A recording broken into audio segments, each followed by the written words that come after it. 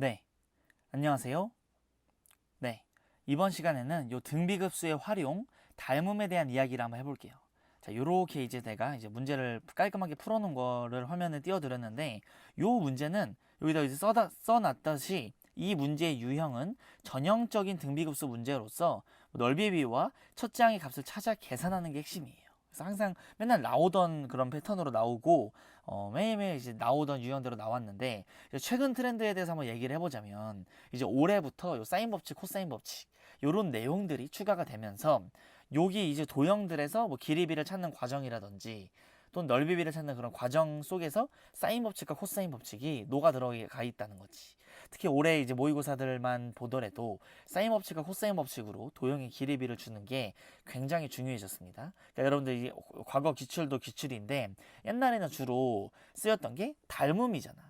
닮음으로써 우리가 대부분 문제를 찾았다면 지금은 거기에 플러스 코사인 법칙, 사인 법칙까지 그 계산하는 능력까지도 여러분들한테 요구를 하고 있다. 이런 식으로 해석을 해주시면 됩니다. 그래서 항상 틀이 똑같아요. 여기 한번 보세요. 위에 이렇게 그림에 대한 정보를 줘.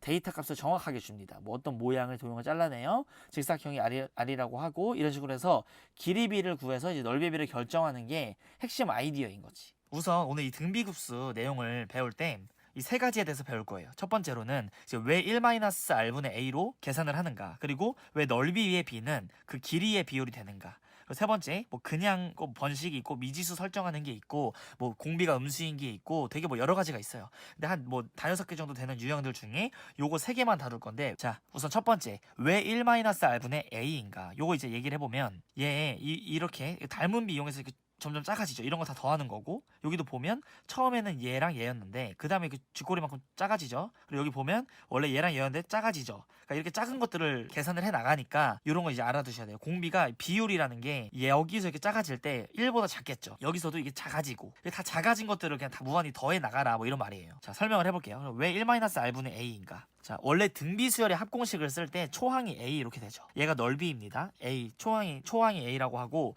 그 다음에 공비를 R을 곱해볼게요. R은 0에서 1 사이인 거, 그리고 R제곱, AR 세제곱 이렇게 쭉쭉쭉 가요. 이런 등비급수에 우리가 합을 구할 때 1-R분의 초항, 1-R에 뭐 N승까지 항을 구한다고 해볼게요. 그 다음에 여기다 리미트 N이 무한대로 보내는 거죠. 그러면 이 R이 지금 예를 들어서 작아지니까 점점점 이 항들이 작아지죠. R이 1보다 작으니까. 그러면 작아지니까 얘는 결국에는 뭐 이런 거야. 3분의 1의 n승. 근데 n이 무한대로 간다며. 그럼 얘는 0으로 가겠죠. 0으로. 그러니까 결론적으로 1-R분의 이거 전기에서 a 이것만 남는 겁니다. 그러니까 원래는 풀로 따지면 1-R분의 a에다가 1-R의 n승 이건데, 이 R이 1보다 작으니까 n 무한대로 보내면 이게 죽는다고 이렇게.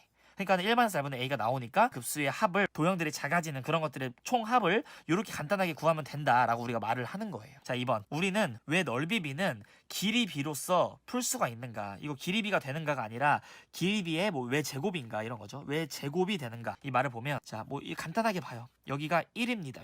이렇게 보면 요 일자리가 4개 모여서 이 한 변의 길이가 2인 거예요.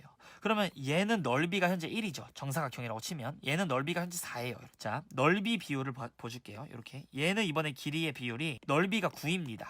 얘 한 변의 길이가 3이니까. 그러니까 길이의 비율이 1하고 3, 1대 3이면 이 넓이, 이 결과값인 넓이의 비는 제곱이 된다라고 그냥 받아들여 주시면 돼요. 여기도 뭐 타일로 생각을 하시면 좀 더 편하고, 사각형만 하면 좀 그런가? 그 삼각형도 한번 해볼까요? 그 삼각형이 있어요. 그럼 얘의 길이가 2배인 이런 삼각형이 있습니다. 그럼 얘 1이에요. 그럼 얘는 한 변의 길이가 2가 되겠죠. 여기 일자리가 2개 이렇게 있으니까 한 변의 길이가 2. 그럼 얘 이렇게 쪼개면은 4개 나오잖아요. 4개. 그러니까 넓이가 4배 차이 나는데 길이는 1대 2다. 그러니까 넓이비를 구할 때에는 항상 제곱을 해줘야 된다. 뭐 이런 겁니다. 왜 넓이비는 길이비의 제곱이 되는가? 그거는 여기 봐요. 그림을. 이런 식으로 이제 이해를 해주시면, 받아들여 주시면 됩니다. 그래서 항상 우리가 문제를 풀 때 길이 비율을 구한 다음에 그 친구들을 제곱을 해가지고 요 넓이의 비율을 뭐 구해내는 거예요. 세 번째, 이제 그냥 푸는 거. 그냥 푸는 거 같은 경우에는 초반에 여기 면적이 뭐 2라고 합시다. 여기 한 변의 길이가. 그럼 이 면적은 4 이렇게 되겠죠. 그 다음에는 여기 면적이 1입니다. 이렇게. 그럼 얘 넓이는 1 이렇게 되겠죠.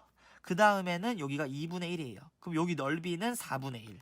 그 다음에 또 반짝하죠. 여기 넓이가 4분의 1이면 이 넓이는 16분의 1 이렇게 가겠죠. 그럼 봐봐요. 이제 등비수열의 합공식 써보면 1-R, R이 4분의 1이죠. R분의 초항 A 이렇게 구하면 된다고.